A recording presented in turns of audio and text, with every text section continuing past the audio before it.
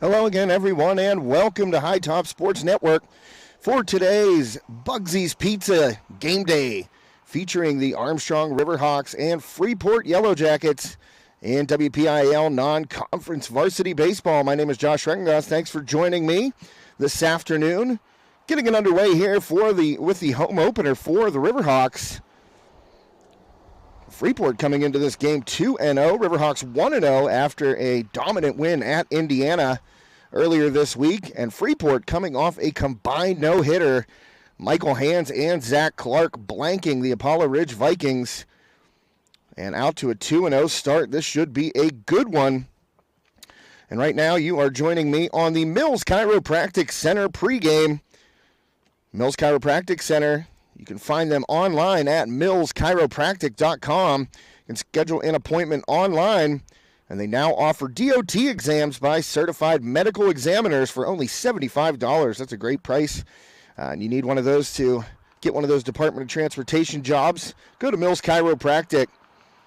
Plenty of great service there. And one of our wonderful sponsors here for this season of Armstrong Riverhawks varsity baseball. I was just trying to log into my game changer here, and I haven't done it on this computer yet, so it's making me go through the whole rigmarole of getting a verification link and a sign-in. And, I have it on my phone, but it's a little easier when it's on the monitor right in front of you. And pardon the bounciness of the cameras. It's always windy up here on top of the press box at Armstrong Stadium, so wish I could stabilize that a little bit better than I have, but I hope you guys can bear with me out there. As you can see in your top right-hand corner of the screen, a zoom in on the pitcher, catcher, and hitter and umpire. And then we have a pulled back view. You can see the infield and some of the shallow outfield there. Of course, the scoreboard placement here at Armstrong, not beneficial to our broadcast from up here, but we got some things in store for the season. Going to have some different camera angles throughout the year behind home plate.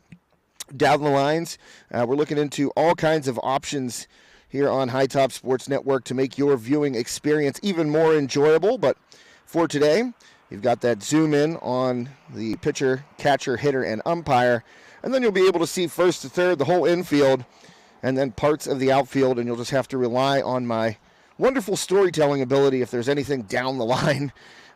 Trust me, I'll give you a good description of it, I promise. But thank you for tuning in. Right now, as I said, the Mills Chiropractic pregame show, and we have a bunch of great sponsors who have stepped up so far early in this spring to help us be able to broadcast Armstrong baseball here at home. Possibility of going on the road, of course, that always exists. We'll be doing a bunch of games for Armstrong softball as well. Possibility to go on the road there, back-to-back state championship appearances for the Riverhawks. Got some turnover in the dugout for Armstrong, but they put together a solid victory coming off an opening season loss to Hempfield. And we're able to smack the ball around kind of the way they know how. Emma Paul and Jenna Klontz both homering in a victory over Indiana. As for this one, early season, always great, the little trip up and down 28 between these two teams in every sport. I like that it's one of the rivalries that persists here in the WPIAL because realignment always seems to kind of shake that stuff up. But Freeport and Armstrong meet in every sport, I believe, except I don't think they play hockey against each other. But we've seen them on the court against each other, boys and girls. Obviously, girls volleyball, baseball, softball. So it's a neat little rivalry here. Not far apart at all, these two schools, even though they do play in different classifications and conferences. It's always fun to see the Yellowjackets. Coach Ed Carr down there in the Freeport dugout going over some last-minute instructions with his team. And first-year manager Vincent Santalmo for the Riverhawks. I spoke with, I'm going to call him Vinny, even though his proper name is Vincent. I can't do it. I call him Vinny on the phone, so I'm going to call him Vinny during the broadcast as well. But I spoke to him a little bit about that victory at Indiana. And the Riverhawks, not a great start in terms of health in that game against the Little Indians. They lost Zach Wiles and Logan Badak in the top of the first inning. So they were down two starters before they ever took the field. The initial reports were that Badak kind of popped his knee hitting first base trying to leg out a ground ball, and that also something happened to Wiles on his swing. He came out of the batter's box hurting. So we'll see what the lineup looks like for the Riverhawks today with those two injuries in mind. But in that game against Indiana, you got a tremendous pitching performance out of Hayden Brink. 6 strong innings for Brink in complete control, as Coach Santelmo said this morning when I spoke with him. He said Brink was smooth to the plate. He's got really good velocity, throws in the mid-80s, and he's really improved since last year. He's dealing with some injuries last season, but a great season of Legion ball, and Coach Santelmo said he has worked very, very hard to get where he is right now, and it was evident in that performance against Indiana in the season opener. And as I mentioned, speaking of pitching, Michael Hands, the sophomore for Freeport, went 5 2/3 against Apollo Ridge with 10 strikeouts in those 5 2/3 innings. And Coach Carr told me on the phone, he said, look, he wanted to keep going. We wanted to keep, we had him on a pitch count, and they had him at about 60 pitches, and I believe he threw 63, 44 of which went for strikes, so very efficient.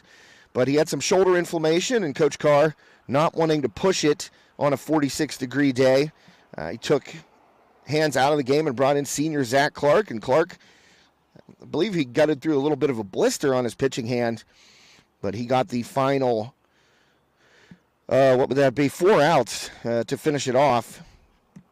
No hitter. Those are pretty special at any level, especially in high school baseball. So very cool storylines coming into this game. Thanks to our official broadcast partner as well, Bugsy's in downtown Katanning. As you see, the Riverhawks taking the field right now, about to get underway. And I will get you the starting lineups as soon as the game changer goes live, and I have them to read off. There's always a little bit of gamesmanship, in these rivalry games. I went down prior to the game and was looking for some lineup cards, and oh my goodness, they didn't have them.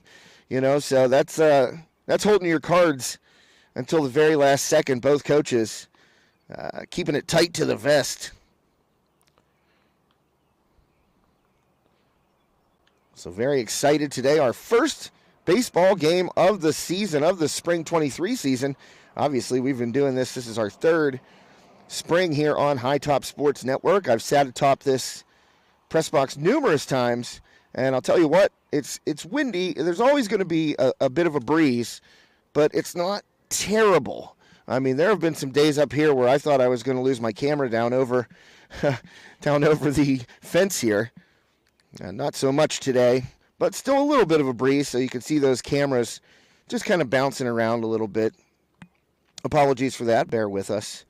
I have it as stabilized as I possibly can, but, you're going to get that when you're, 50, 55, 60 feet off the ground here and up on top of the hill.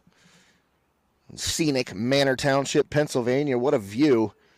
You can't really get the full taste of it from the camera angles we have here today, but just a gorgeous view looking down the Allegheny River toward Ford City, and looking up over the hill. You can see 422 in the background, and it's just a very scenic spot.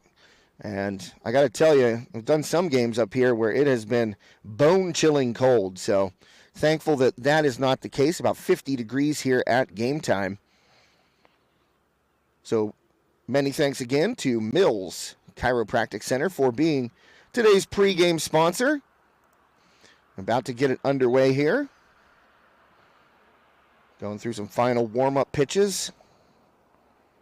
And it just came live here on my telephone, so, well, it says it's live, but let's check it out. Oh, there we go. It just popped up. Dustin Coleman on the hill. First pitch just off the plate there for a ball.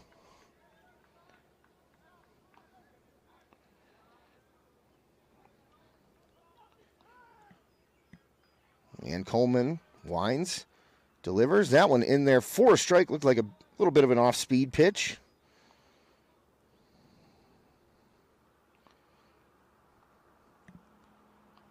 So 1-1 now the count. I'm trying to get the Freeport batter up here. That one a little bit low Gets through the wickets, but nobody hurt. No one on base right now.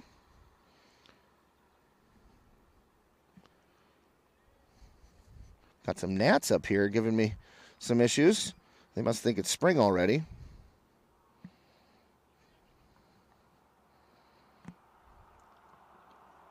And that one up high for a ball. So 3-1 here. Coleman opens on the first hitter of the game.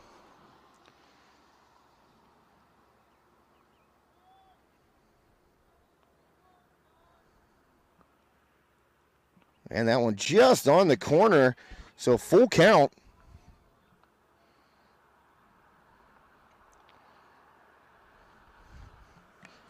Oh, definitely got some gnats here. Brady Stuyvesant at the plate, leading off for Freeport.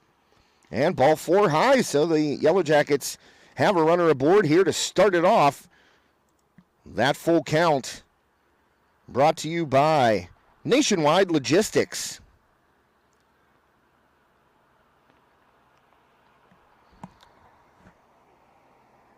So right now, the Yellowjackets, one on. Brady Stuyvesant with the leadoff walk. And this will be Hatalski. Oh, that one gets away from Galinsky behind the plate. Stuyvesant advances, takes a wide turn at second base, but he'll hold up there. Pass ball on Galinsky.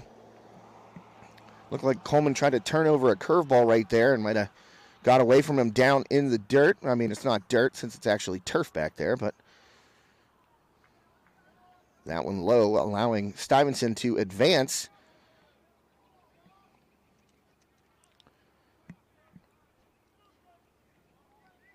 So 1-0 the count.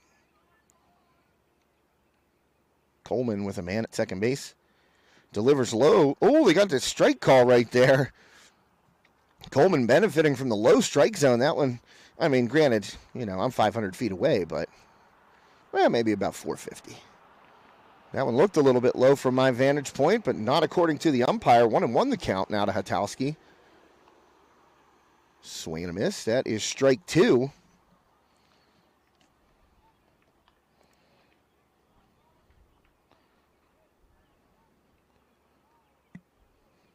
So 1-2 here on Hatalski. And pop toward the right side. That's in on the infield, coming in for it. And squeezing it to make the grab with Shearer. So 1 away. Here in the top of the first, Brady Stuyvesant drew a walk and advanced on, well, you might want to call it a pass ball. You might want to call it a wild pitch. Let's see how it was scored here by the Riverhawks. Yeah, it doesn't say yet, but I mean, it was borderline. So first pitch swinging, popped toward the left side and under it to make the grab. That's Hayden Brink out there playing short. A quick at bat there by Tyler Asti. So 2 away now.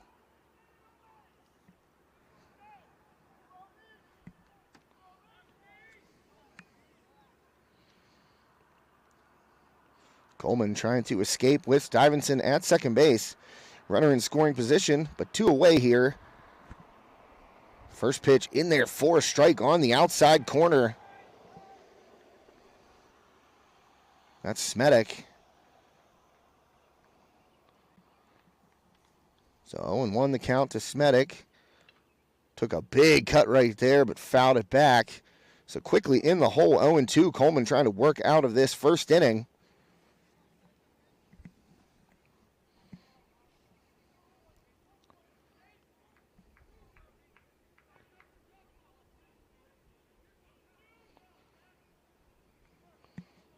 To the count here to Smedek.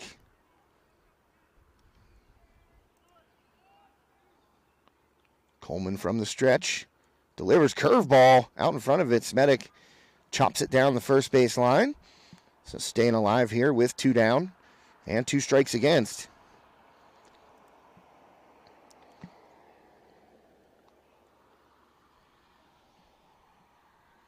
Thanks for joining us today here on High Top Sports Network. Josh Reckengoss with you in the Armstrong Indoor Athletics broadcast booth. Technically, I'm outside, but it's still the booth. Smetic again fouls it back. Good swings here by the Freeport cleanup hitter. Thanks to Armstrong Indoor Athletics, the premier training facility in the area, just added a beautiful indoor diamond. Just a great place, excellent instruction, great coaching. They got travel teams out of there. You can, and rung them up. Coleman gets Smetic looking on the inside corner, so able to work past a leadoff walk. And Stuyvesant advancing to second base there, but Coleman shut it down quickly. And we are going to go to the bottom of the first inning here. Riverhawks coming up to hit. Take a look at who is up first. Coleman going to lead it off. Then you got Schreckengost, Brink, Braden Wright, who has just been absolutely stinging the ball, hitting cleanup. So those are your first four for the Riverhawks. I want to thank Nationwide Logistics once again. Another great sponsor. As well as Carson Boyer Funeral Home. They are our starting lineup sponsor today. Carson Boyer Funeral Home and been treating the Rural Valley and Armstrong County communities for decades, and just a really great place also to get a memorial monument to your loved one or family. Thanks to Brian Myers and the fine folks out there at Carson Boyer Funeral Home.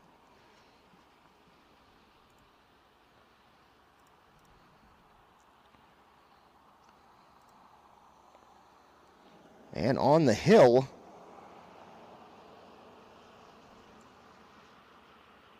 right now, they don't have it up just yet. And I obviously cannot see those numbers. I can see Brady Stuyvesant out here in center field, number 5, because he's the closest person to me. But pretty tough to see those numbers in on the diamond.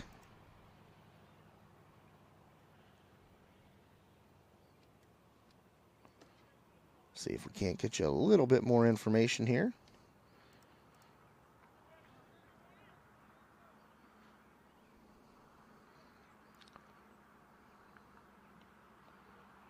And first pitch in there to Coleman is a strike.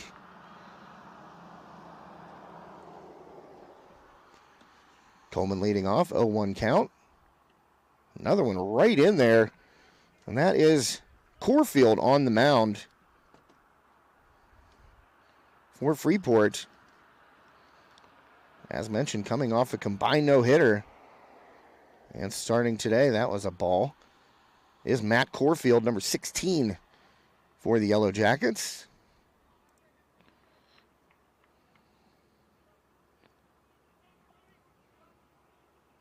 See if Corfield has any innings so far. Nope. This will be his first appearance of the year, and he hits Coleman. So the Riverhawks have the leadoff man aboard after the hit by pitch. Dustin Coleman trotting down to first.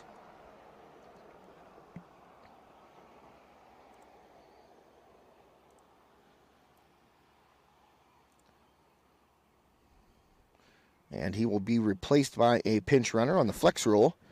Obviously, Coleman will be back out there to throw in the second inning.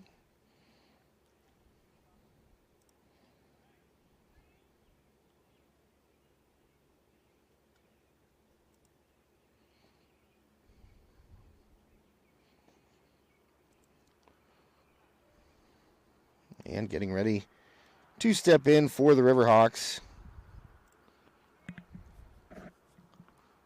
This is Schreckengost.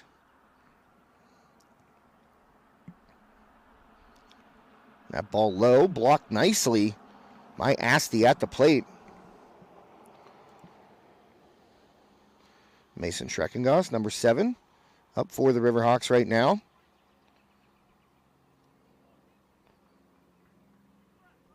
Two for 7 on the year so far for Schreckengost. 286 average, rips that ball into the left center field gap. That one is deep and over the head of the Freeport outfielders. On his horse, coming around to score was the pinch runner. And an RBI double just like that. And that is the 5th RBI of the year for Mason Schreckengost. He got a piece of that Corfield delivery hung right over the plate, and Schreckengoss did not miss. Ripped that ball to deep left center field, and that shows you just how long this park is. I mean, he crushed that ball, and it was still 25 feet short of the fence. But enough to bring the run around. And another good stroke out toward center field. Stuyvesant on his way back, and that one short hops the fence, having to hold at second base with Schreckengoss. He's going to try and score. Oh, the cutoff was bobbled at short by Clark. And Schreckengoss able to score on a huge bomb there by Brink. That one short hopped the fence. Nothing cheap about that one. Stuyvesant actually got a really good jump on it, which caused Schreckengoss to hold up at second base. But that ball deep off the bat of Brink up against the fence.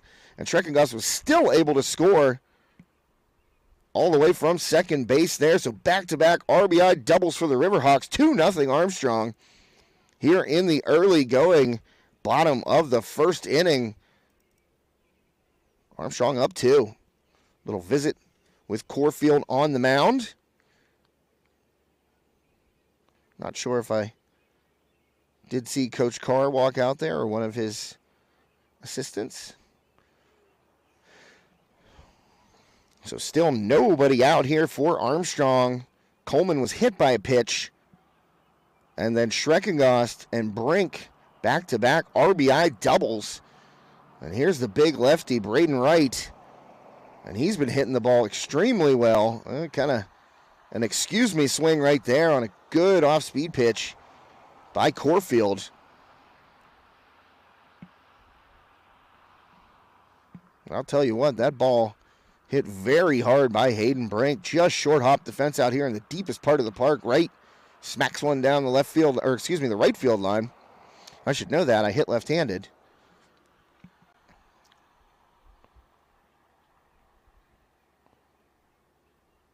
So behind in the count right now is Braden Wright. Trying to pull up his stats while we got him at the plate. 1-2. And a swing and a miss. So Corfield bouncing back after that RBI double by Brink. Gets Wright swinging. 1 out now for Freeport here in the bottom of the first. 2-0 Riverhawks. Jumping out in front quickly.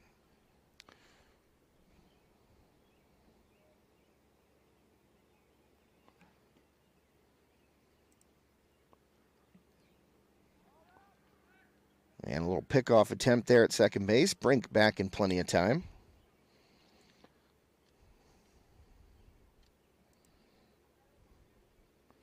I'd like to thank Steffi's Country Catering, our scoreboard sponsor for the... Oh, that one bounces off the glove of Asti, and that's going to allow Brink to advance to third base. So definitely a pass ball on that one off the glove of Asti. Couldn't squeeze it. And Brink moves up 90 feet, so an RBI opportunity right here for Caden Rupert, who has also been hitting the ball well. Riverhawks took both of their scrimmages, and then that season opener at Indiana in there for a strike. Corfield, nice pitch. Right on the corner at the knees, so he's in front. Or excuse me, it's a 1-1 count. And underneath, it's skied to left field, but this is going to be enough to get Brink home. Coming up gunning, though. Nice throw in, but cut off at the mound by Corfield. And that was a good arm out there by Rapp from basically flat-footed. And he got it in there. I don't know if there would have been a close play at the plate, but it was a pretty long throw there by Rapp. Got it in quickly, but another run across for the Riverhawks. 3-0 Armstrong now.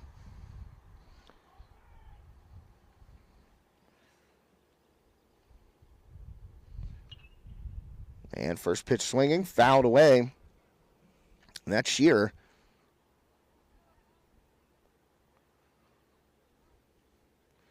So nobody aboard, but the Riverhawks a 3-spot here in the first inning. That one got a little foul tip, but into the glove of Asti, so quickly behind. 0-2 is Shearer.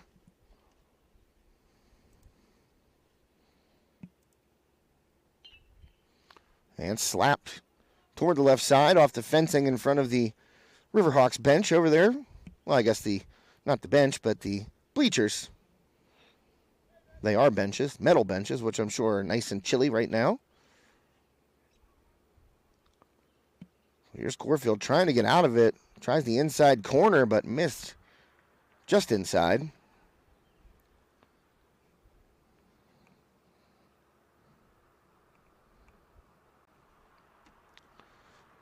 And the 1-2. Outside with the fastball, so count evened up now, 2-2. Rory Shearer, number 10 for Armstrong. Let's check out his stats. 2 for 3 so far on the year.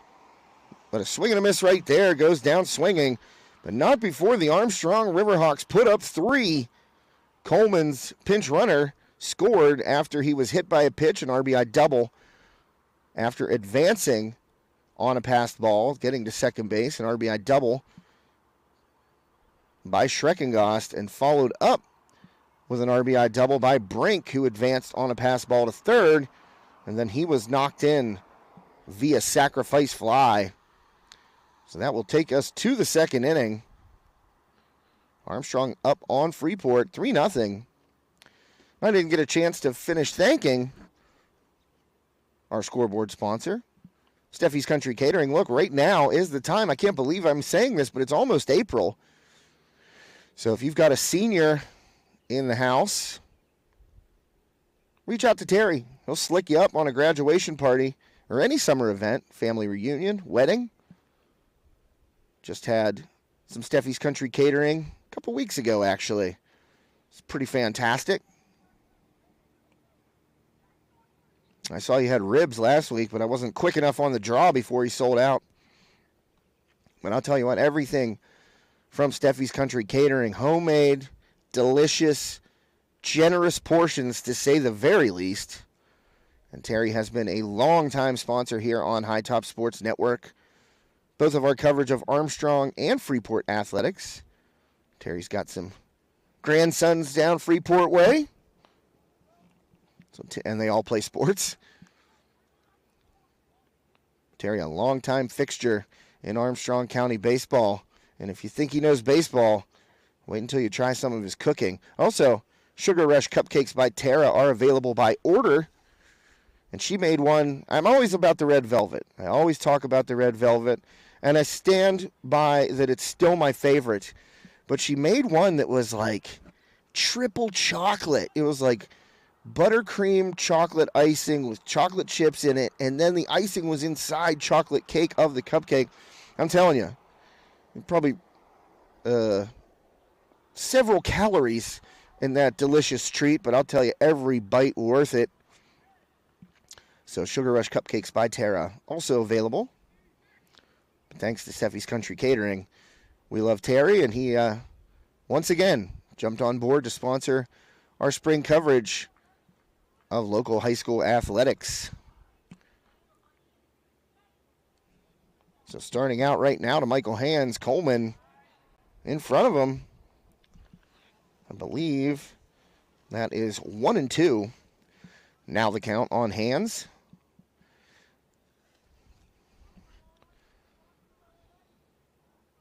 Curveball there, froze him. Great pitch by Coleman. And he gets Hands looking. And I'll tell you right there, that's a senior going against a sophomore.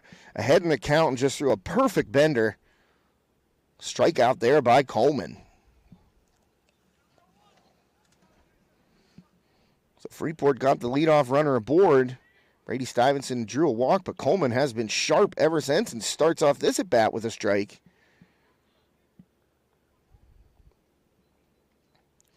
Three 0 Armstrong here in the top of the second on this Bugsy's Pizza game day. I always like to go down to Bugsy's and get some wings.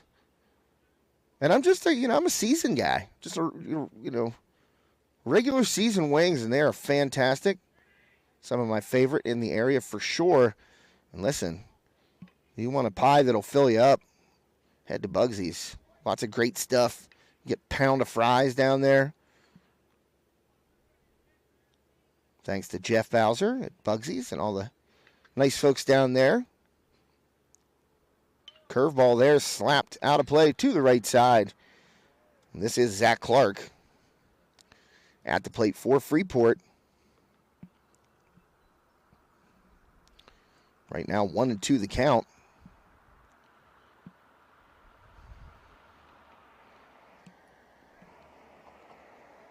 Coleman fires low. And I believe that gives us a Nationwide Logistics full count.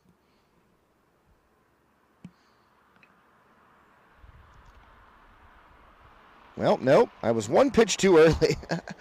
So thanks to Nationwide Logistics, another great sponsor.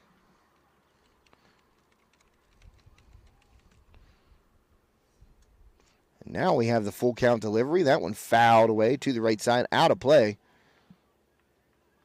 Nationwide Logistics specializes in cross-border truckload service to and from select Northeast, Midwest, and Southeast states. They are hiring right now, so you want to check out Nationwide Logistics, plural, Inc. Oh, strike three, another low strike called. Clark does not agree, but Coleman ringing up another K on that Nationwide Logistics full count.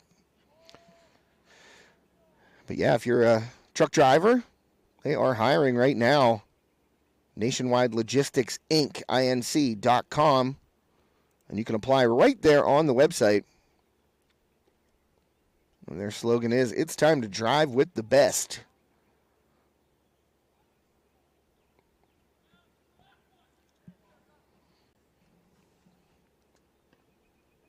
Upstairs there, Coleman dealing to Febinger.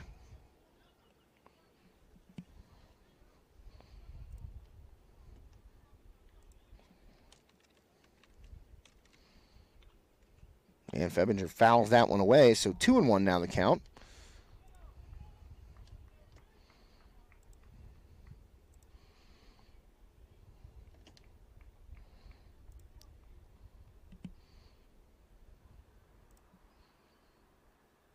Swing and a miss.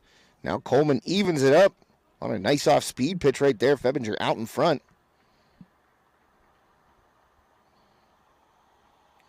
Malik Febinger, number 43. He comes into the game batting .333, 1 for 3 on the year for Febinger. Also hit by a pitch once this season. That one popped out into left field, and under it for out number 3 is Bowser. So another scoreless frame put up by Dustin Coleman. Riverhawks lead 3-0 as we head to the bottom of the second inning here on this Bugsy's Pizza Game Day. My name is Josh Schreckengoss. Thanks again for tuning in. Bugsy's Pizza, 180 South Jefferson Street in Katanning. And as I said, pizza and wings. I mean, nothing fancy about that, but boy, oh boy, is it good. And you got to try the New York style thin crust. I lived in New York for many years, and it's tough to do the thin crust correctly, but they do it just right down at Bugsy's. Great prices, too. And if you ever want to try the Godfather, that's perfect for, a Steeler game where you have a bunch of people coming over, or like tomorrow, I have my fantasy baseball draft. Got 12 guys in the league, so the Godfather would be perfect for that. 32-inch, 32-cut beast of a pizza. Of course, you got generous toppings to choose from. Then they also have specialty pizzas, chicken, bacon, cheddar. The Knockout, boy, that sounds good. Pepperoni, pork crumble, green peppers, onions, and mushrooms. Then you got a taco pizza, white garlic. The Pittsburgh pizza, that's my brother Jesse's favorite. Marinated ribeye steak loaded up with fries and a blend of cheeses with ranch dressing base. I know Jess would take a Pittsburgh pizza any day of the week. And they don't just do pizza and wings. There's other sandwiches there. They also got plenty of subs. Ribeye, meatball, Italian, ham and cheese. Great stuff. And if you're trying to go a little bit healthy, Bugsy's will slick you up with a salad. And then from the tar pit, French fries. I always go for the pound of fries. Only $5.50 for a pound of fries. That one chopped back up the middle. Over to take it as Clark fires across the diamond. And he will retire Logan Galinsky for the first out of the inning. Nice play there by Clark on a little chopper up the middle. Galinsky was really booking it down the line, but Clark able to scoop it and fire it across. Zach Clark, one of our many multi-sport athletes in the area. I've had the pleasure to cover him in football, basketball, now baseball. Nice young kid and a great athlete. One away here in the bottom of the second. And right now coming up for the Hawks. It popped into right field, and under it is Walker, and he makes the catch for 2 outs. I didn't even get to say the young man's name. That was Nick Kinter. Number 6 flies out to right field on the second pitch of the at-bat. So moving right along here. Bottom of the second inning, 2 outs. Riverhawks 3, Jackets nothing. Strong first inning by Armstrong, top of the lineup.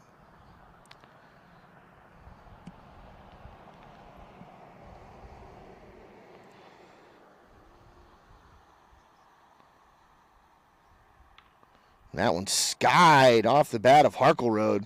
That one's up there forever. Oh, and it drops. And he's going to get a double out of it. Ball skips away on the throwback to the infield. It gets through the legs of Corfield, but some miscommunication right there between Rapp, Stuyvesant, and Clark. I mean, that ball was up there forever. And it just drops in between the 3 Jackets there, just off the turf of the infield. So a double with 2 outs here by Ian Harkleroad. And that's looks like a line drive in the books. Harkleroad booking it the whole way. I love when guys do that. They don't just sky one. And that ball ripped deep left field, just off the fence. Oh, just missing a home run is Coleman. He's on his way to third, and he's out. Trying to stretch the double into a triple, but not before Harkleroad crosses the plate with the Riverhawks' 4th run. Man, Coleman got a huge piece of that one. It hit about halfway up the fence out here in left center field. He was booking the whole way, but a good relay back into the infield, and then a nice throw from the cutoff over to third base. And it beat Coleman by a few steps, but still knocking in Harkleroad. And that's where, that miscommunication between Clark, Rapp, and Stuyvesant, that's costly because it give up a run right there instead of being out of the inning and having Coleman lead off without a chance for an RBI. And I'll tell you what, when Coleman hit that, I kind of just paused because I was watching the flight of the ball, and I thought, that might get out of here. And it nearly did. Halfway up the fence in left center field. That makes it 4-0 as we head to the 3rd inning on this Bugsy's Pizza and Wings game day. Got some other fantastic sponsors I want to thank here between innings. Of course, Steffi's Country Catering, our scoreboard sponsor today. And we'd like to thank Damon Chiropractic. Dr. Damon, the player of the game sponsor today. And right now, Dustin Coleman, the early leader in the clubhouse. Both on the hill and with the bat right there. An RBI triple, or an RBI double, out trying to stretch it to a triple. We'd also like to thank our pregame sponsor, Mills Chiropractic. Our postgame sponsor, Ryan Bowser State Farm in Ford City. Of course, our broadcast booth sponsor, Armstrong Indoor Athletics. And the starting lineup sponsor, Carson Boyer Funeral Home. And then we've got Nationwide Logistics, our first pitch, stolen base, mound visit, and backward K sponsors. So much appreciated. All of our great sponsors here for Armstrong Baseball. And if you or someone you know is a small business owner or involved with a community organization and would like to sponsor High Top Sports Network's coverage of Armstrong Baseball or Freeport Baseball, West Shamokin Baseball and Softball, pretty much anyone around the area here, well, feel free to reach out to us. We can work with you. Of course, you can find us on social media. You find it on Facebook. Just search High Top Sports. Then, of course, we have Twitter, High Top _sports.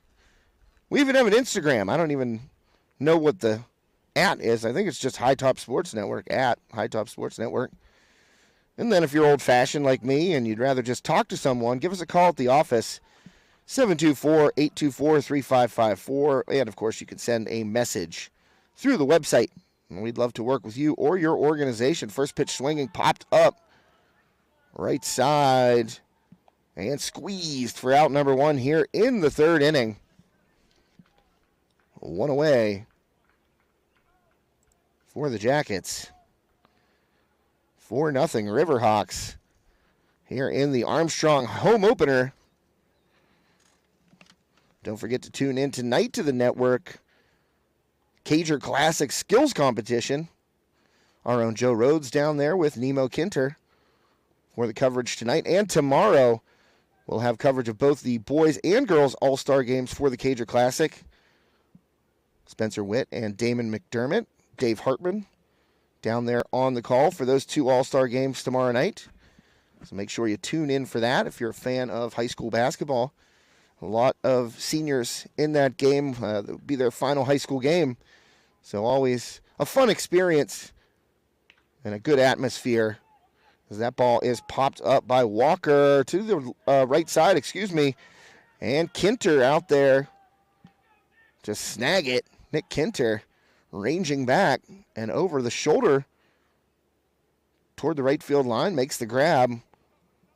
So Walker is out number 2. Quickly moving along here is Dustin Coleman.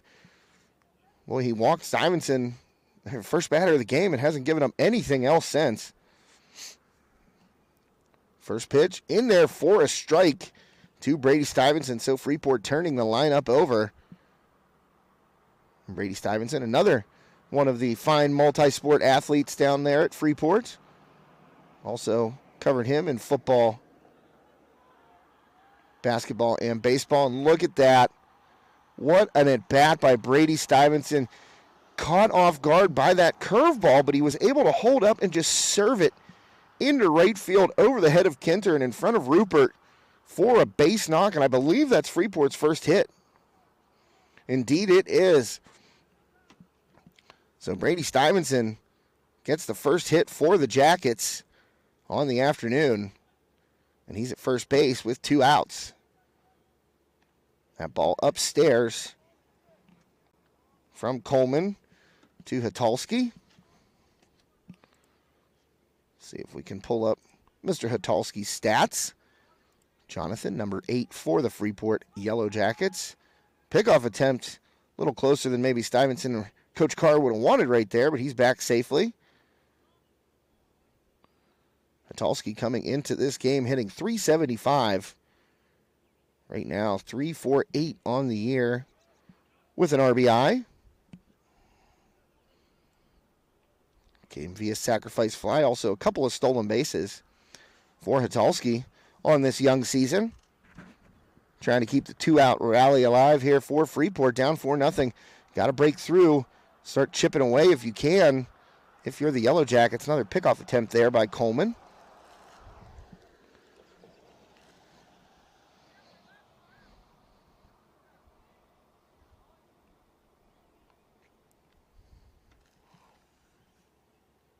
And Coleman delivers. That one misses inside and low.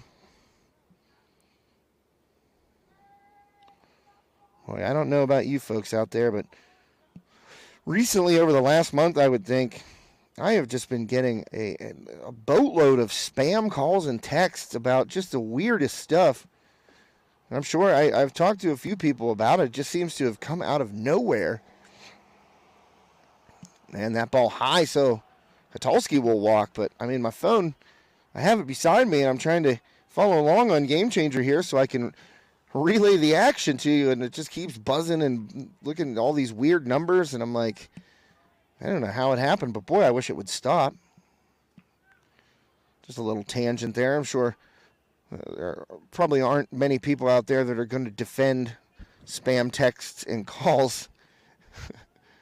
Quite an annoyance as that ball is in there for a strike to Tyler Asti. So Coleman now with a couple of base runners on. Stevenson had that single, then Hatalski followed it up with a walk.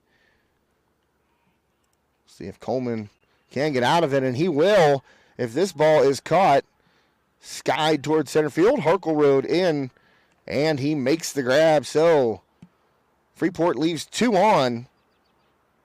Armstrong still up 4-0 on this Bugsy's Pizza and Wings game day.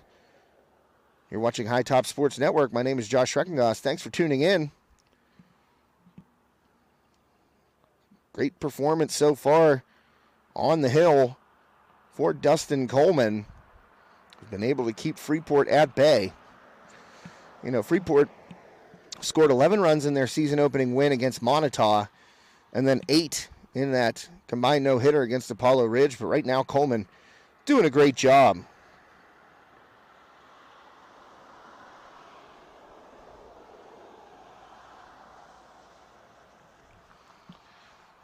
So back out to the mound comes Freeport starter Corfield. His first appearance of the season, Matt Corfield.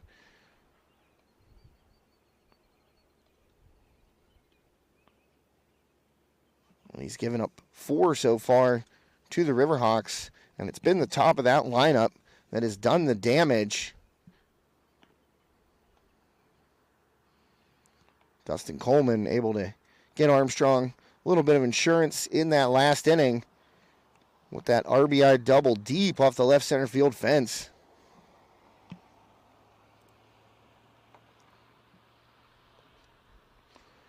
Also like to thank Armstrong principal Mike Komenos bailing me out today as I got all my equipment set up and realized I did not have a keyboard. My keyboard wouldn't fit in my little bin, and I thought I was just going to put it in my backpack. Well, I obviously forgot to do that. And Armstrong had an early dismissal today, so I was in fear when I realized I had no keyboard. I'm up on top of the press box. I realized this mistake, so I sprint down the bleachers, sprint down over the hill, and I peeked into Mr. Komenos' office, and there he was sitting at his computer. And I tapped on the window, and he came out and so graciously supplied me with a keyboard. So thank you, Mr. Komenos, for saving the day. Swing and a miss through the off-speed pitch right there by Schreckengost. Mason Schreckengost, RBI double his first time up. Waits on it, sends it toward the left center field gap again, over and making the play is Rapp in left field. Kind of cutting under Stuyvesant right there. He was going out to back up Rapp, and Rapp ranging over toward center field, makes the grab, but Schreckengost has hit the ball there twice. First time a little bit harder, got over the outfielders' heads. But he waited on that curveball right there from Corfield. Sent it out into that left center field gap area, but Rapp able to track it down. And a rip right there by Hayden Brink right through the left side. So Brink now 2 for 2. He had an RBI double his first time up, and now a 1-out single smoked between short and third right there by Hayden Brink. That's going to bring up Braden Wright. Number 25, the big lefty for the Riverhawks. 1 on, 1 out here in the Armstrong home opener. Wright smacks it, but a line drive right into the glove of Walker. Boy, Wright was on top of that ball, but Walker barely had to move. Ripped right at him. And I got to tell you, as an outfielder, sometimes those are the best, and sometimes those are the absolute worst. You might come in too fast and have one go over your head. It's happened to all of us. But measured correctly there by Walker. So 2 away. Showing bunt, and Brink's off and running. And he's in there. Stolen base by Hayden Brink. And you know what that means. Thanks to Nationwide Logistics, our stolen base sponsor for this afternoon's broadcast. Nationwide Logistics. Check them out online if you're looking for a new career. If you're a driver maybe in need of a change, it's time to drive with the best. Nationwide Logistics Inc. Inc.com.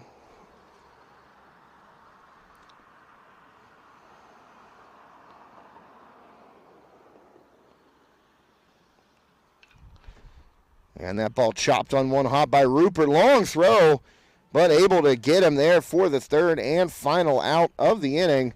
A nice play by Febinger off the one hop chop. Fires across, able to get Rupert. So the Riverhawks leave a man on second base. That was Brink after a one-out single and a stolen base. And we are getting ready to head to the fourth inning here on this Bugsy's Pizza and Wings game day. You're watching High Top Sports Network. My name is Josh Schreckengoss. Thanks for tuning in. And this is our opening day here on the network. First baseball game of the season. And obviously we're ramping up into next week. I believe games Monday, Tuesday, and Wednesday on the network. So make sure you tune into those. And as I mentioned, the Cager Classic skills competition tonight. And then the girls All-Star game and boys All-Star game to follow tomorrow night here on High Top Sports Network. So we got the first baseball game of the season and our final basketball game of the season on the same, well, the same general vicinity, the same end of the week. I was going to say the same day, but tonight's the skills competition. So you want to get real technical. First baseball game today, last basketball game tomorrow.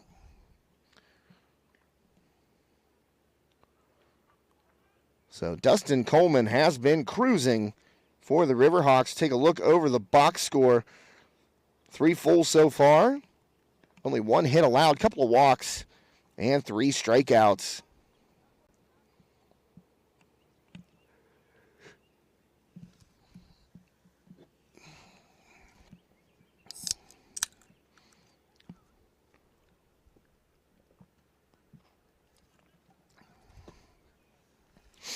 See Coach Carr walking down to the third base line. Coach Carr, one of the nicest guys you'll ever meet. Really just a great baseball mind and really humble. You know, there could be really reason for optimism, and I think he is cautiously optimistic about this year's team because, boy, they would have had a squad in 2020 as that first pitch is popped up and snagged at third base for the first out of the inning. But you know, that squad, what they lost in that COVID year, really, you know, it was a humbling experience for Coach Carr and the Freeport squad. You know, you got a playoff caliber team. It gets wiped out in 2020 because of the pandemic. And coming back into 2021, none of those guys had varsity experience. And he talked to me after the no-hitter against Apollo Ridge, and he said, this has been a 700-day process. You know, he goes, the vast majority of players on the team never played any varsity innings. And he said, you know what? They've continued to buy in, continued to work hard, continued to grow. And right now, you're seeing some of the results of that with the, nice diving play to his left and over to throw it. That was Kinter, Nick Kinter. Flashing the leather right there.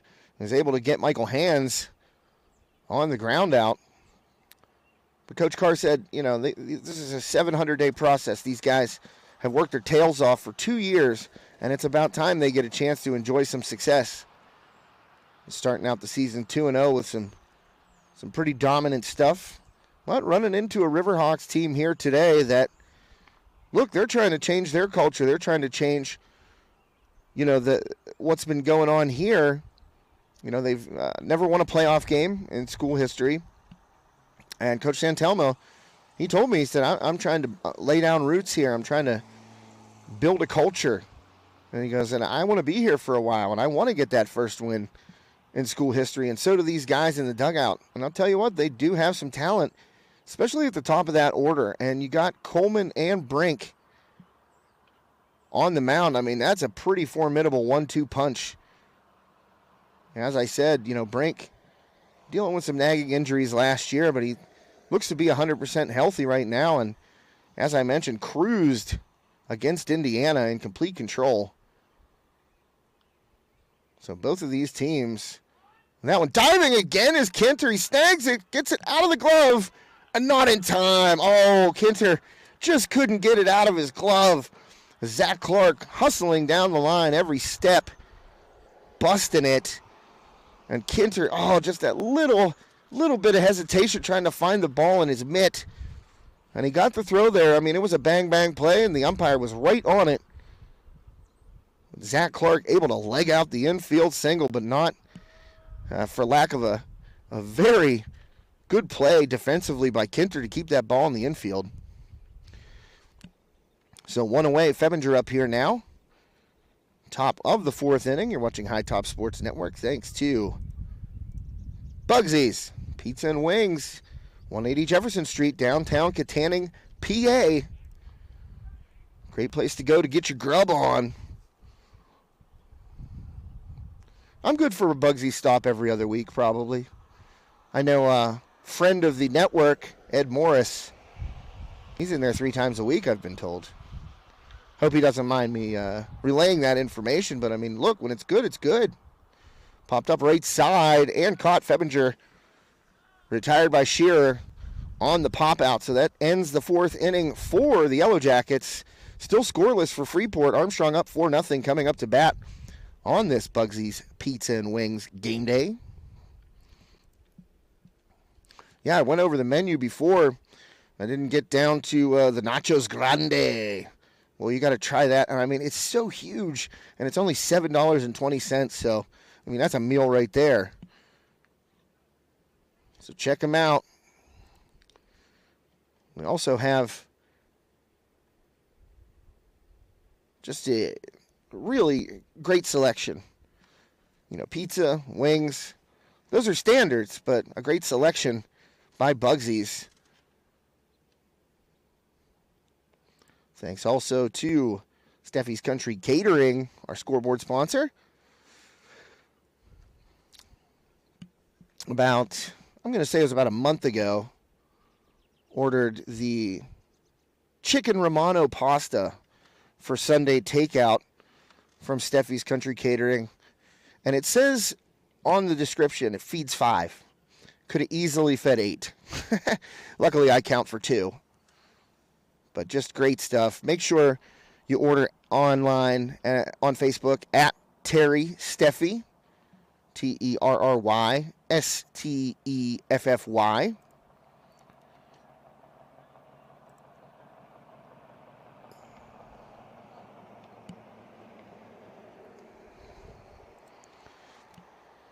So Riverhawks coming up to bat here in the bottom of the fourth inning.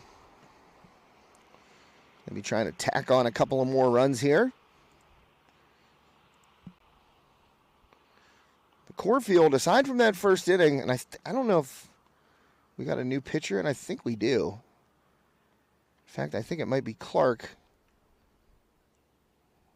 It looks like, yes it is.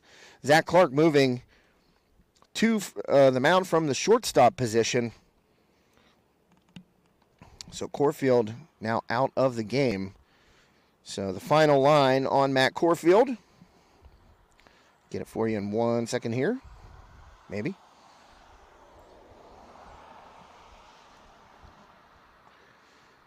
Three innings pitched, gave up 4 runs on 4 hits, 2 of them earned. There were a couple pass balls thrown in there, and a couple of strikeouts. 34 pitches for Corfield, 25 of which went for strikes. So the book closed on Corfield. Clark now in to face the Riverhawks batting order. Rory Shearer coming up first.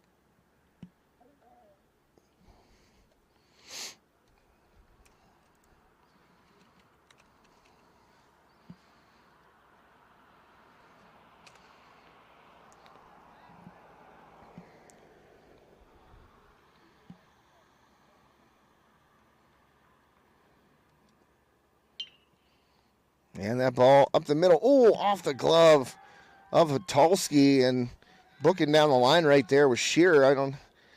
I might score that one a hit if I were the official scorer. That was over the second base bag, so Hatulski didn't get the glove on it until the second base side of the infield, and that's a tough play for a shortstop to make, to run that down and then get it across. So we'll see. Well, they called it an error, so what do I know?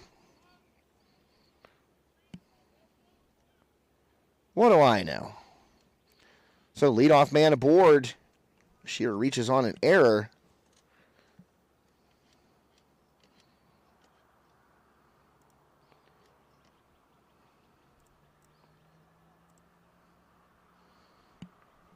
So Clark waiting for Galinsky to dig in.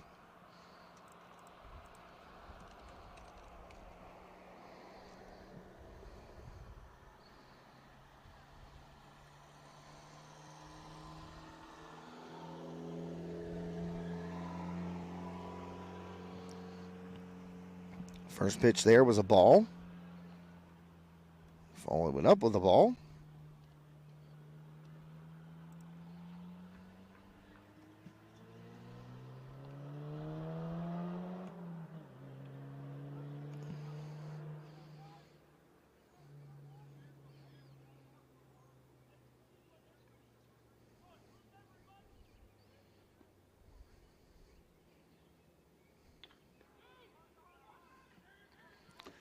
Now that one fired across. Great pick at first base. Nice play over there at first. That was Smetic on the throw over from Febinger, but that allows the pinch runner to move to third, and I believe it's number 23 for the Riverhawks. Pinch running would be Josh Fester, even though the game changer doesn't change them out. Oh, bunt, trying to lay a bunt down to the left side. Fester didn't know it went foul all the way down to third. He goes, but going to have to take the trip back 90 feet to second base.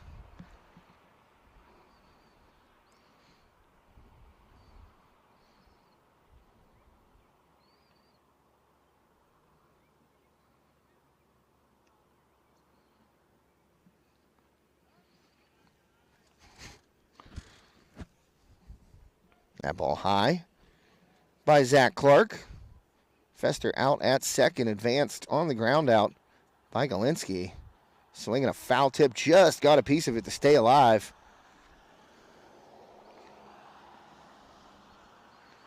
And this is Nick Kinter at the plate for the Riverhawks. Made a couple of slick plays in the field the top half of this inning.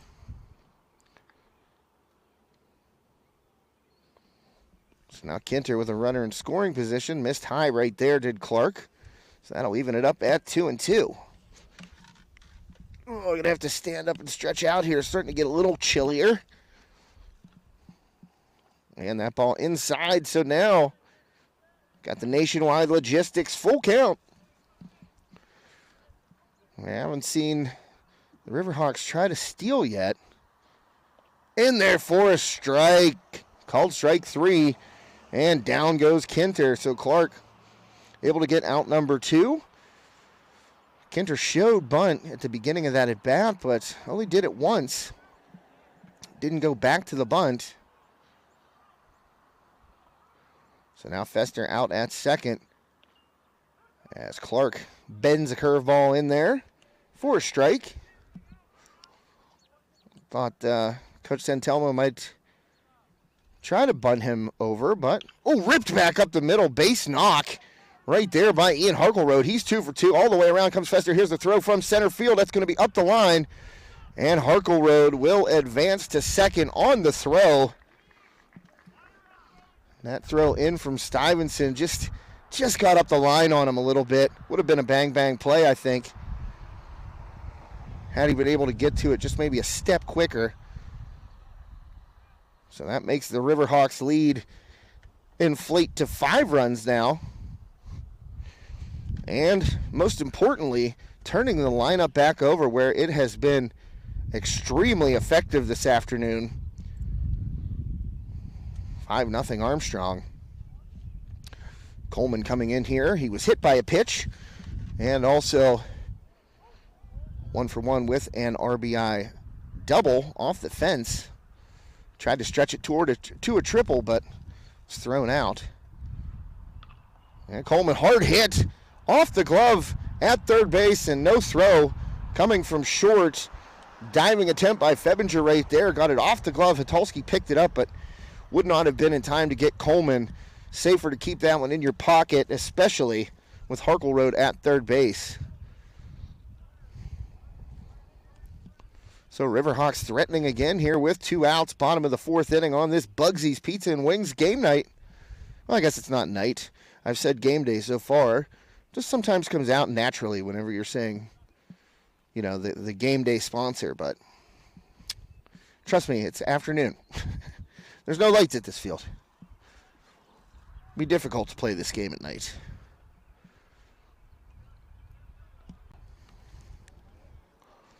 So that is going to bring up Mason Schreckengost.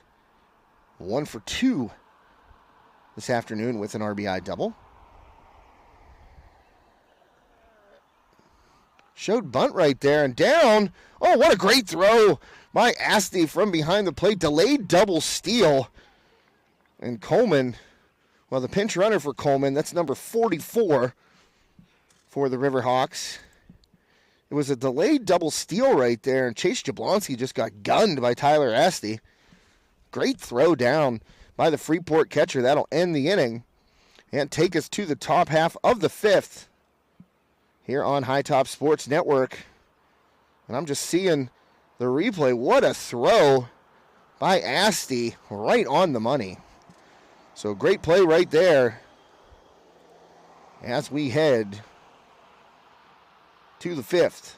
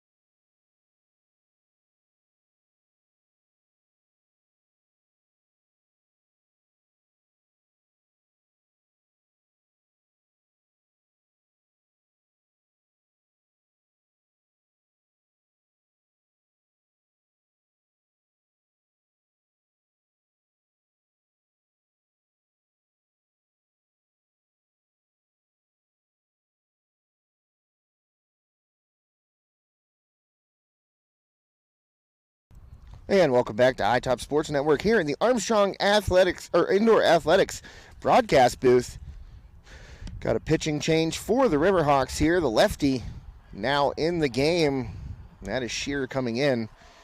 Gets a fly ball out of wrap toward the right side. Caden Rupert under it for the first out of the inning. So Dustin Coleman, and you know, I know they want to keep him fresh. So Dustin Coleman, really a great performance on the mound. Let's just go over his final line here. Coleman, 4 innings pitched, only 2 hits allowed, no runs, no earned runs, obviously. 2 walks and 3 strikeouts.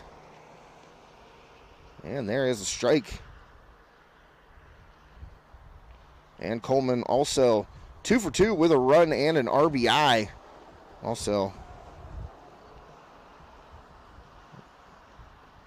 well, it says he's 2 for 2, but oh, and also hit by a pitch, excuse me. So top of the 5th inning here, Freeport needs to get something going. And right now, Walker up with 1 out going against Shearer.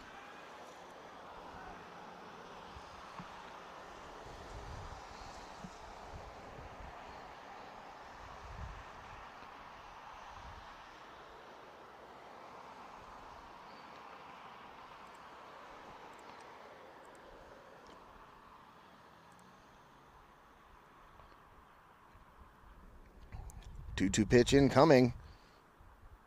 Oh, right back to the mound and hit Shearer. No, he got his glove on it. Nice play. He went down to the mound. They're going to check on him just as a precaution, but I think Shearer got that glove out there, and the ball didn't hit him. He came up with it clean.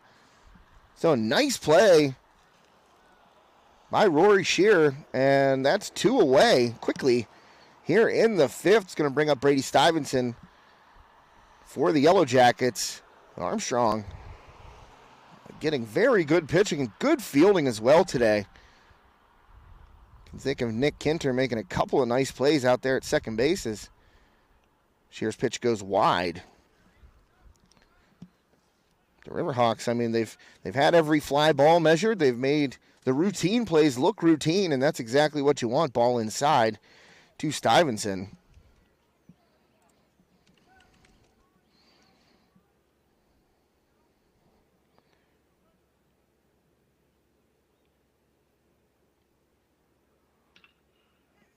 And that one scooped up at short on the run as Brink fires and got him. Nice pick at first base by Braden Wright.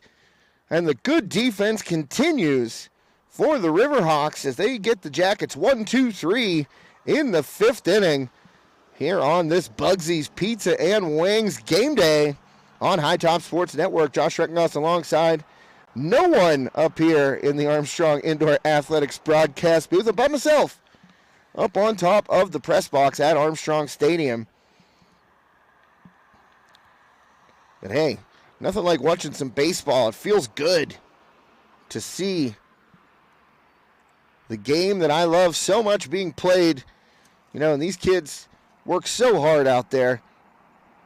It's really enjoyable now that high school baseball season is once again underway. But don't forget, tonight, 7 o'clock, to catch the best ballers in the Alikiski Valley in the Cager Classic Skills Competition. Of course, the link is on our website and as well as our social media platforms. So make sure you tune in for that.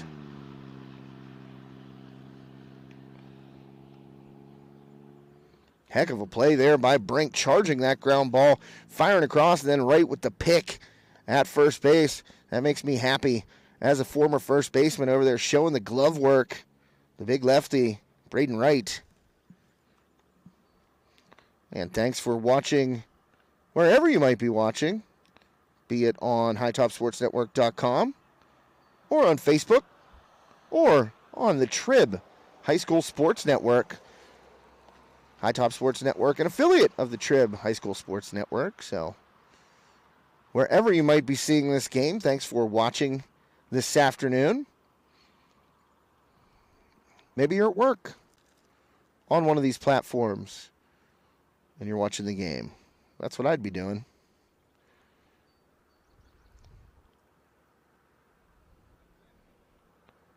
So Clark to start it off here, bottom of the 5th. Nice curveball in and over across the plate there for a strike.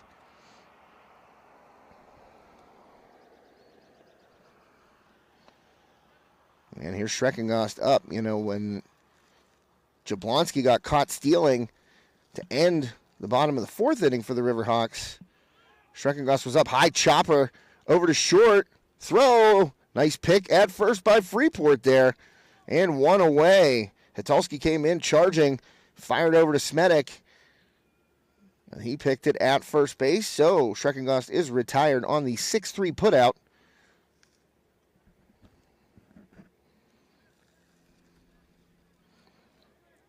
And that's going to bring up Hayden Brink to the plate, 2 for 2. Brink has smoked the ball.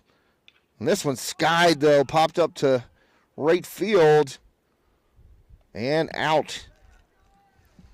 Caught there in right by number 23 for the Jackets. And that, of course, is Dylan Stonebreaker. And Stonebreaker had a tremendous play to keep the no-hitter alive against Apollo Ridge. Coach Carr told me that the ball was hit hard. It was like a dying line drive, and that's a first pitch swing. Oh, bobbled at second, but able to get right.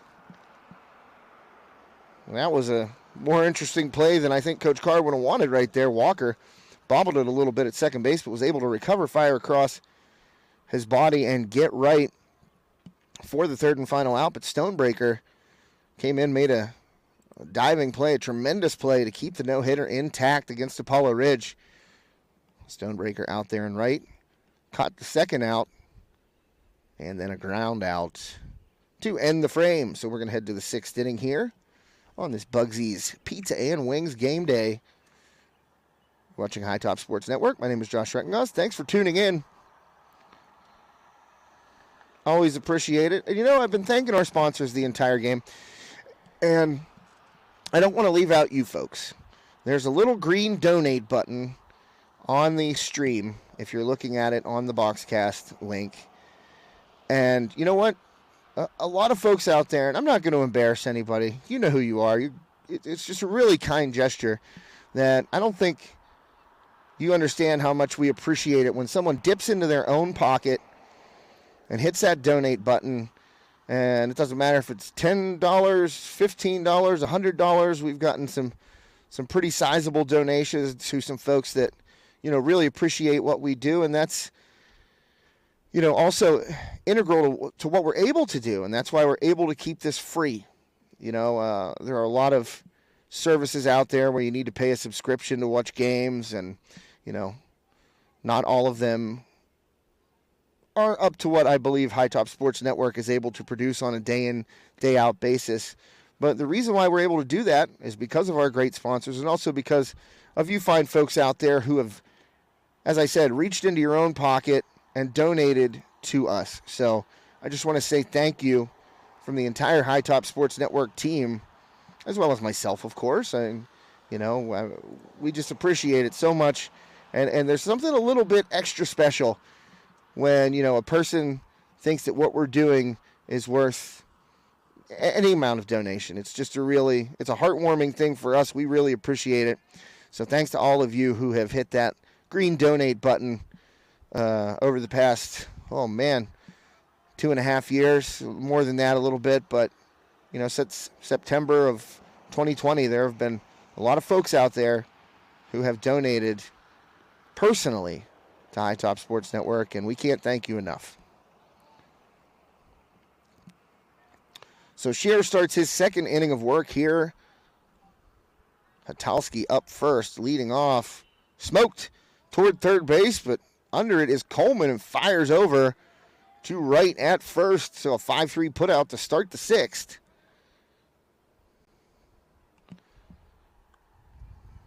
And the pitching today for the Riverhawks has just been lights out.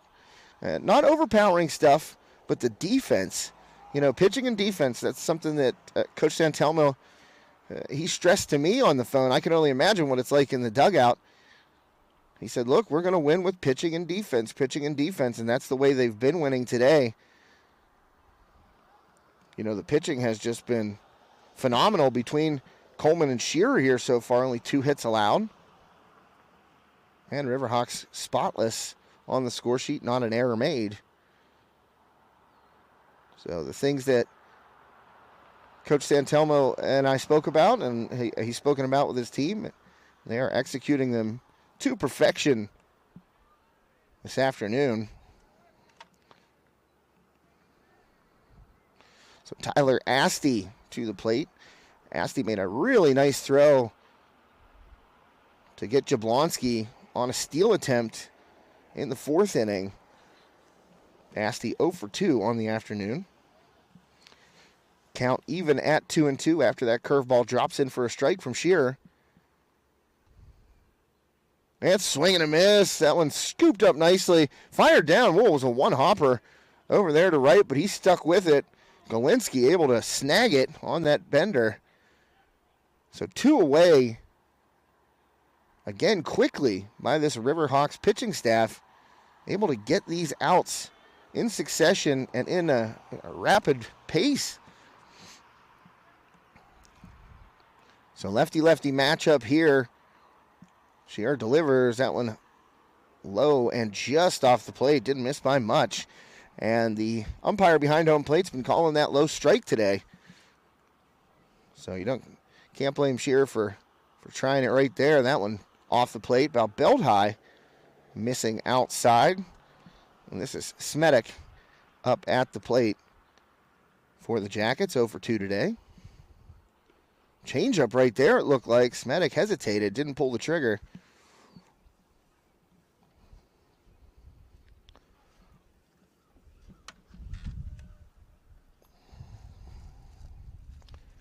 Oh, curveball. Nicely dropped in there by Shearer. He's mixing it up very, very well. 2 strikes now on Smedic.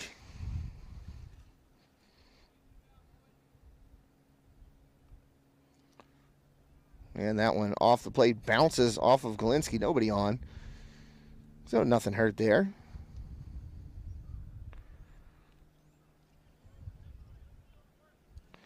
And we've got another Nationwide Logistics full count. Drive with the best. Nationwide Logistics Inc. INC.com if you're looking for a new career today, or if your driver just wants a change. Swing and a miss. Strike 3. Shearer gets him to go 1-2-3 once again. And Armstrong cruising right now, 5-0, as we head to the bottom of the 6th inning here on this Bugsy's Pizza and Wings game day. You're watching High Top Sports Network. My name is Josh Schreckengust. As always, many thanks for tuning in. And Riverhawks now just 3 outs away from putting the clamps on a non-conference victory and starting this season 2-0.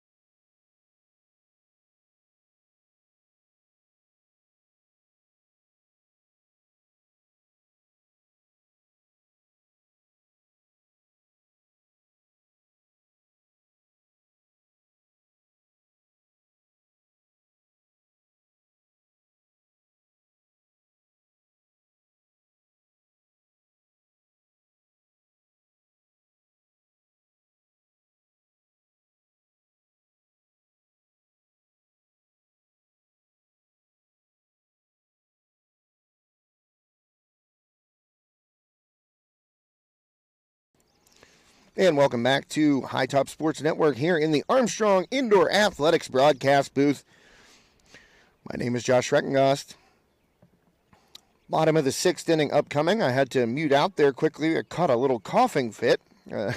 Didn't want. Still trying to work through it. Got a cough drop in now, so hopefully that quells it. I'm not sick or anything. It just caught me. And luckily I was able to mute it before subjecting you folks out there to a coughing fit. But the Riverhawks have been in control this entire game. Now just 3 outs away after they hit. And that ball skied toward left field. Calling it off. Ooh. Had a little trouble there. Did wrap at the very, very end, but able to snag it. That was off the bat of Rupert.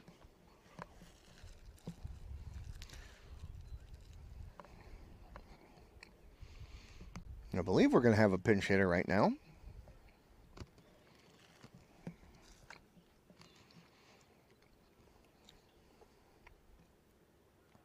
And showing bunt, but nothing doing right there.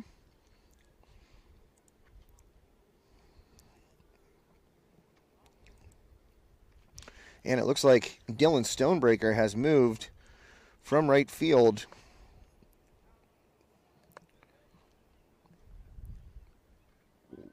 to the mound, excuse me. And I think I was one batter off. I believe this is Caden Rupert. Tried to push a bunt. Nope, this is Shearer. Sorry about that. This Game Changer is a little slow uploading. So Shearer down the count right now. Stonebreaker working to his second batter. Rupert flew out to start this inning.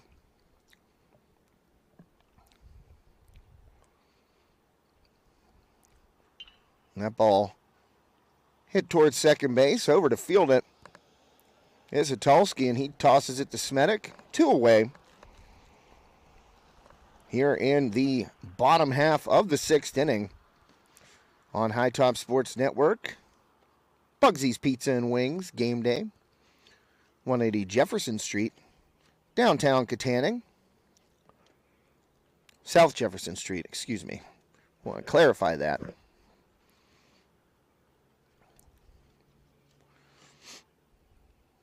And by the way, I don't think I've mentioned this yet. You can order online at bugsies.pizza. And then if you want to order online, there's a tab up in the top right-hand corner, and it'll take you to bugsies.hungerrush.com. And you can sign up for an account and order online if you so choose.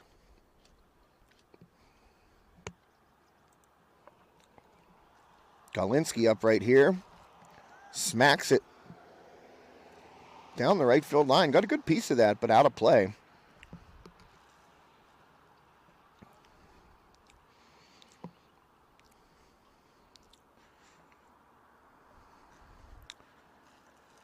And that ball to Clark at short. Throws across. Oh, the throw gets away.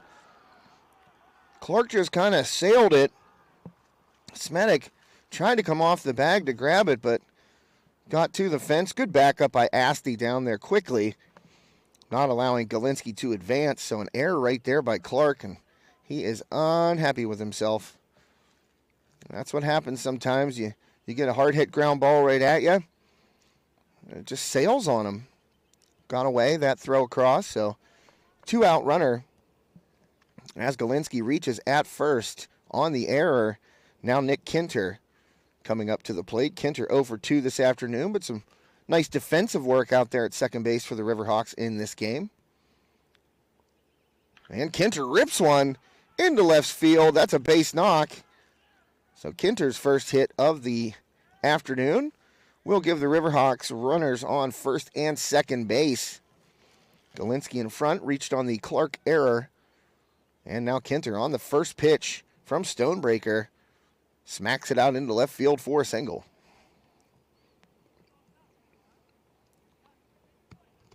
That's going to bring up Ian Harkleroad. They're going to say he's 1 for 2, but I thought he was 2 for 2.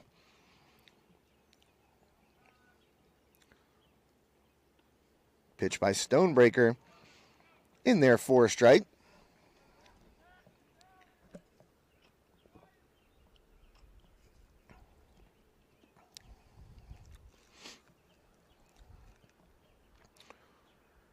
And another one. So quickly 0-2 to Ian Harkleroad.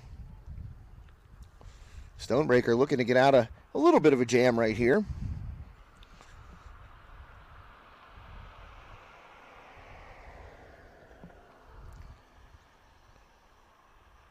That ball upstairs, 1-2 now.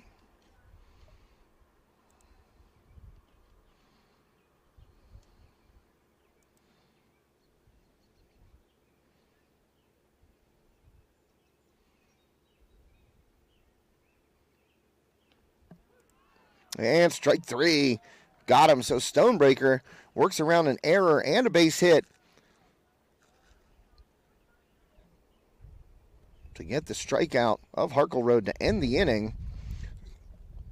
So that will take us to the top half of the 7th. Last licks for the Jackets, unless they can get something going here in the top half of the 7th inning. Riverhawks have been strong on the mound, strong defensively, and that has lit, and they've gotten some big hits, obviously. Some clutch RBIs, that 3-run first, the difference right now. 7 hits for the Riverhawks in this one. And out there on the hill, we'll see who they have going. I can't tell if that's... I guess I'll have to wait and see who it is whenever it comes up on the game stream here. I believe Carson Delano. Pretty sure that's who it is. Yep, it just, look at that. I was able to see somebody's number. The orange pops off the blue a lot more than the Freeport numbers pop off their jerseys, but Carson Delano in, up 5 runs, so obviously not a save opportunity, but trying to get that final 3 outs and push the Riverhawks to 2-0 here on the young season.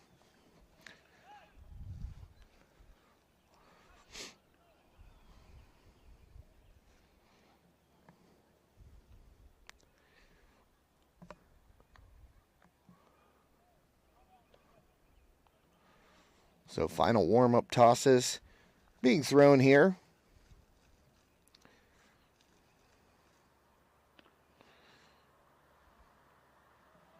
Throw down, send it around the horn, and we will get the top of the 7th underway. Carson Delano in to try and close the door on the Yellowjackets. He got a little... That's some words of wisdom, I think, right there from Dustin Coleman saying, hey, man, just throw strikes. That's all you got to do. Got a good defense behind you. All you have to do is throw strikes. And he does just that. First pitch smacked down the right field line by Hands.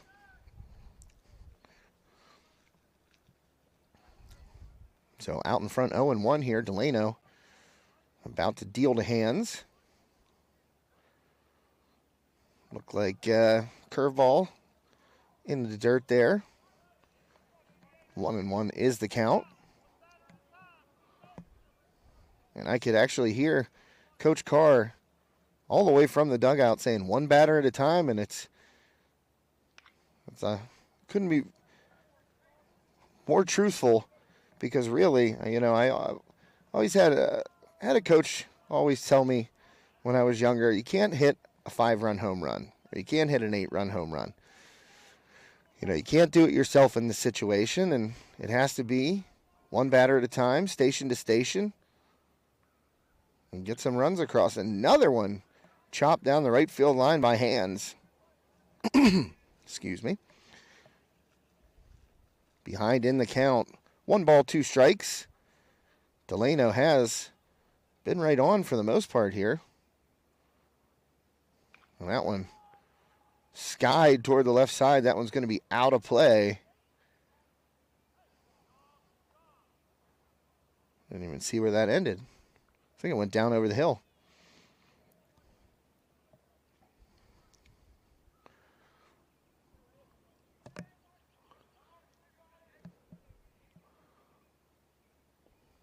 And that one misses inside, so several foul balls by Hands in this at-bat. I think there have been 4. And watches that ball go inside, so even now at 2-2.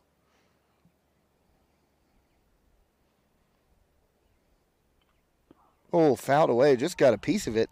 Did Hands fouled back off of the tarp there behind home plate.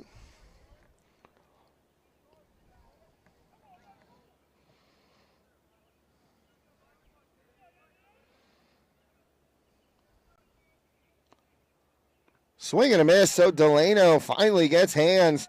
First out of the inning is via the strikeout. Tossed around the horn. Coleman drops it into Hands' glove, heads back to third base.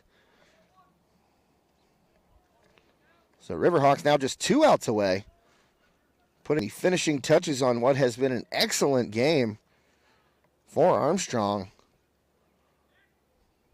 The pitching has been excellent. The defense well above average. And timely hitting. That is certainly a recipe for success. First pitch by Delano in there for a strike.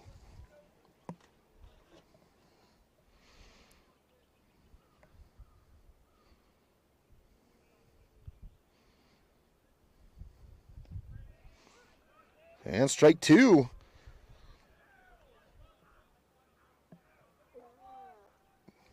Delano able to get out in front. This is Zach Clark. Ball low and inside.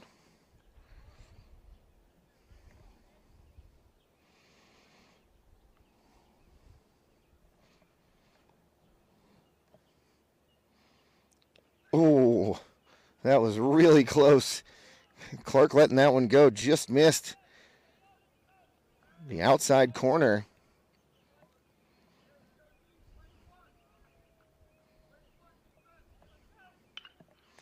And Clark, base hit up the middle, so that's what Freeport needed right there. A 1-out single by Zach Clark.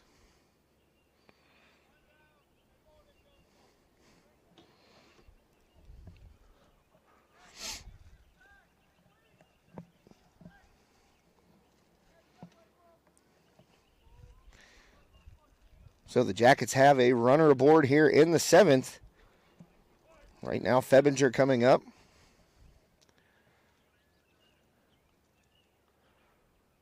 Ooh, good pick there by Galinsky behind the plate. That pitch by Delano was going wide.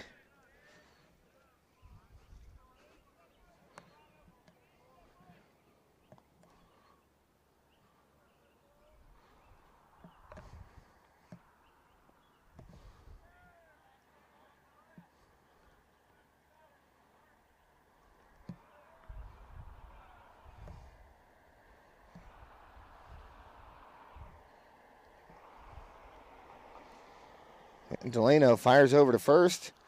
Wouldn't be too concerned about Clark right now if I were him. I mean, you got a 5-run lead here. I understand you don't want to give up anything for free, but right now, if I were Coach Santelmo, I'd be saying, hey, just worry about the guy at the plate.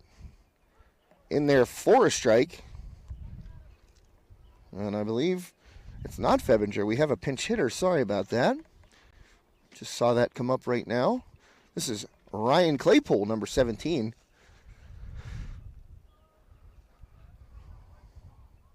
And Delano, good velocity on that one, but missed high. So 2-1 is the count here to Claypool.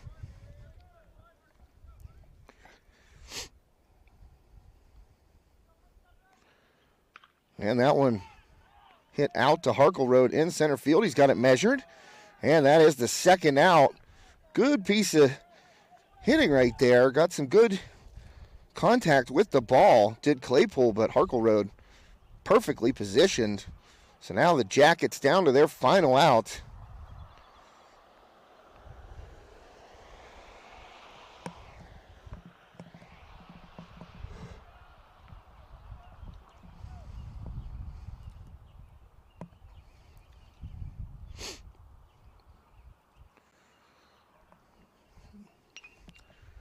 And the first pitch swinging, that one's fouled away. I believe we've got another pinch hitter here. This is A.J. Demharter. Up for the Jackets, down in the count 0-1. Delano, that one's in the dirt. Galinsky blocks it. Clark not going anywhere at first base.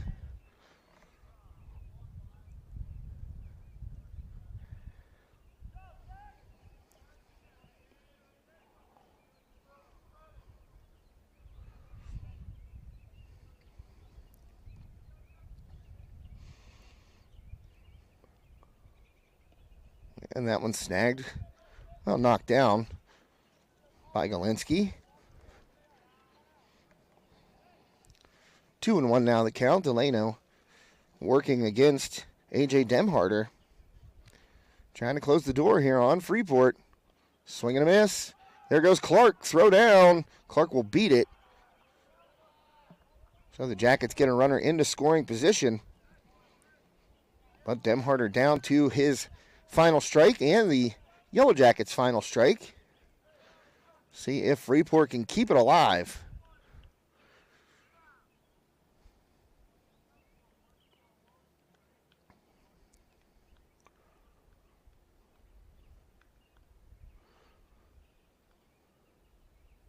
And that one off the plate.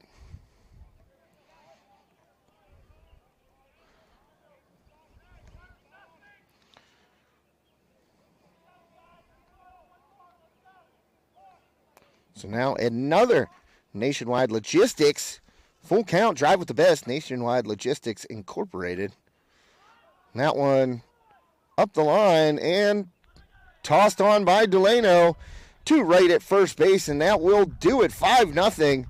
The Riverhawks defeat the Freeport Yellowjackets here at Armstrong Junior Senior High School, high atop the hill in scenic Manor Township, Pennsylvania. On this Bugsy's Pizza and Wings game day, Armstrong 5, Freeport 0.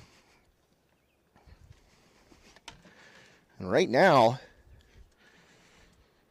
let us move it on over to the Ryan Bowser State Farm postgame show. Thanks to Ryan, located in Ford City, can help you with all of your insurance needs. Ryan Bowser State Farm, like a good neighbor, Ryan Bowser State Farm is there. Well, what can you say? The Riverhawks came out and pretty much dominated this game from the start. Dustin Coleman very sharp on the hill to get it going early, pitched 4 innings. And also, the Riverhawks jumped on the Yellowjackets in the bottom of the first. Coleman led off, was hit by a pitch. RBI double there by Mason Schreckengoss, followed up. Then that was followed by an RBI double by Brink. And he ended up scoring as well after advancing to third base on a pass ball. And you go down the line here, the top of that order, Coleman 2 for 2 with a hit by pitch. Schreckengoss 1 for 3 with an RBI and a run scored. And Brink 2 for 3 with an RBI and a run scored. Coleman also an RBI and a run scored. Coleman, Brink, and Schreckengoss, the Armstrong players with the extra base hits. All 3 of those guys with doubles today. And then, as I mentioned, you got the pitching, and it was fantastic.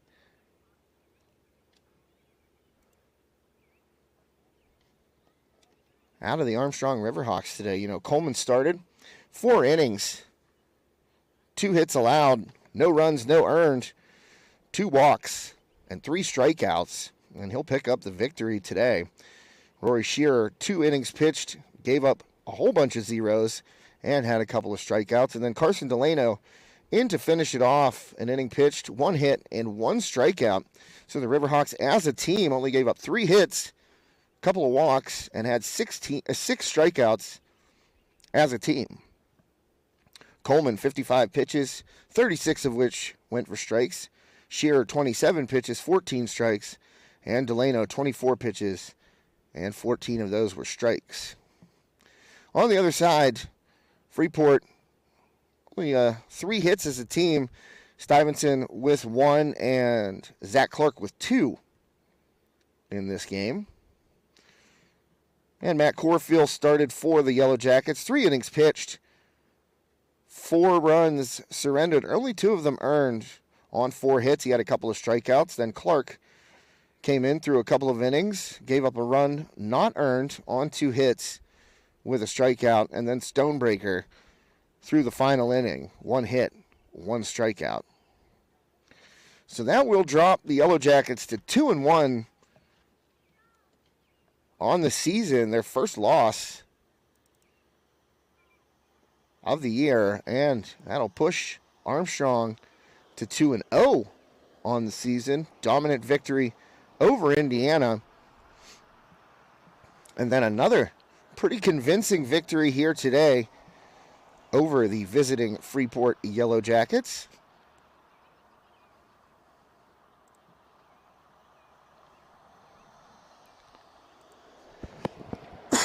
I'm so sorry. These coughs are just, they're creeping up on me and I can feel them. I'm trying to look up some other information and I just couldn't stop that one, so apologies.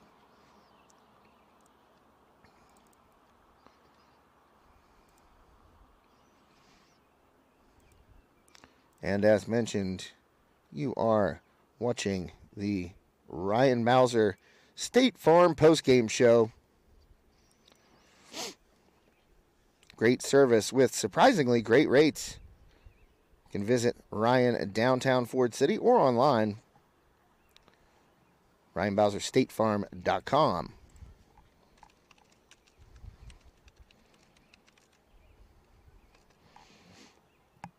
And you can see both teams out there. Well, you probably can't see Freeport. They're kind of off to the side up the right field line. But both teams out there for the post-game speeches from the coaches, a little post-game analysis. Ryan Bowser State Farm, our post-game sponsor today. Visit them online, RyanBowserSF.com. Auto, life, home insurance, and much, much more from State Farm Insurance Agents Ryan Bowser in Ford City. Call 724-763-9331 today for a free quote. Ryan, another longtime sponsor, a baseball guy as well. So thanks to Ryan Bowser State Farm for being today's post-game sponsor. And thanks, of course, as always, to our other great sponsors, Bugsy's Pizza and Wings, our scoreboard sponsor, our official broadcast partner today, Steffi's Country Catering, our scoreboard sponsor today, and can't forget Damon Chiropractic, our player of the game sponsor, the player that I select. I was going to say we select, but there's only one of us up here today.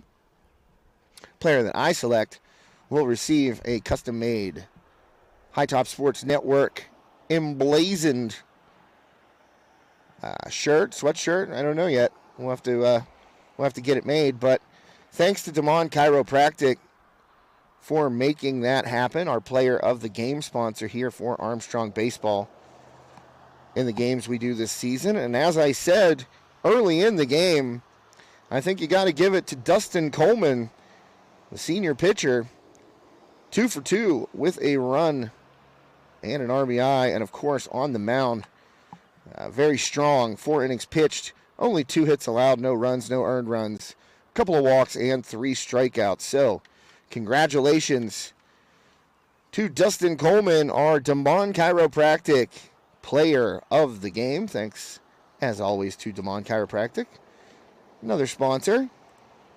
It's been fantastic to us over the past year. Go down and see Dr. Damon. He'll set you straight, pun intended. And Dr. Damon and Damon Chiropractic,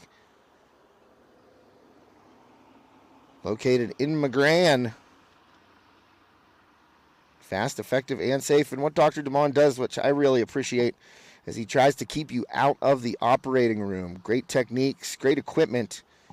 And he also accepts all insurance. And if you don't have insurance, that's fine. Dr. Damon's rates are certainly not exorbitant. You know, you can go down there and he'll work with you. 570 Hill Street in McGrann. So the Riverhawks today victorious here in the home opener. 5-0 over Freeport. Remember, tonight on the network, Cager Classic skills competition. Senior All-Stars tabbed to play in that game, one of whom is Caden Olson. You check him out. Mackenzie Flick and Olivia Yancey, also from Armstrong, will be participating in the skills competition and game tonight and tomorrow. That's just going to about do it for me up here. It's gotten chillier since the game started, that's for sure. But I will say thanks once again to Mother Nature out there for not making it too windy. Because that's when it gets really cold up on top of the press box here at Armstrong Stadium. Thanks as always to the administrators here at Armstrong, as well as athletic directors Todd Harvey and Jake Canish. Thanks mainly today to Principal Mike Komenos for coming through with the keyboard after I forgot it at home. So thank you, Mr. Komenos, once again. It was a clutch. Coach Komenos is clutch. And I'm just looking over the box score once more, and let's excuse me, let's find the schedule here for both of these teams going forward. So the Riverhawks next game will be Monday at Plum against the Mustangs. And the Yellowjackets next game will be, it won't be till April 3rd. So the following Monday at home against Deer Lakes. So a little bit of a layoff here for the Jackets. And Riverhawks back in action on the road on Monday. Headed down 28 to take on the Mustangs of Plum. Those are the next two games for these two teams. Riverhawks now 2-0 on the season. Freeport falls to 2-1. 5-0 victory again. Armstrong, a final score here over Freeport. Riverhawks 5, Yellowjackets 0. Dustin Coleman, the winning pitcher for Armstrong. Well, that'll do it for me, Josh Reckengos. Thanks for tuning in today on this Bugsy's Pizza and Wings game day here on High Top Sports Network.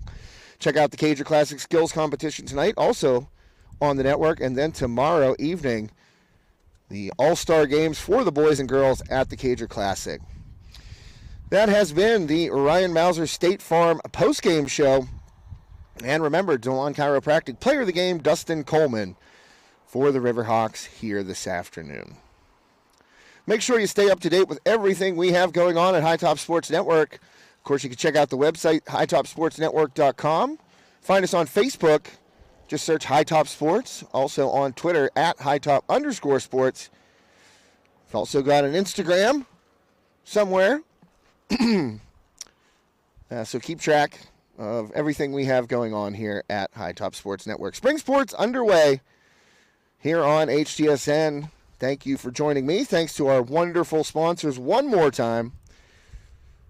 They have been integral in getting us and helping us have the ability to be able to broadcast these games here in the spring. Of course, that would be Steffi's Country Catering, Bugsy's, DeMond Chiropractic, Ryan Mauser State Farm, Armstrong Indoor Athletics, Carson Boyer Funeral Home, Mills Chiropractic, and Nationwide Logistics. Thank you to all those wonderful sponsors. We will be back at it tomorrow night and this evening with the Cager Classic. Make sure to tune in. For the entire High Top Sports Network team, my name is Josh Reckengos.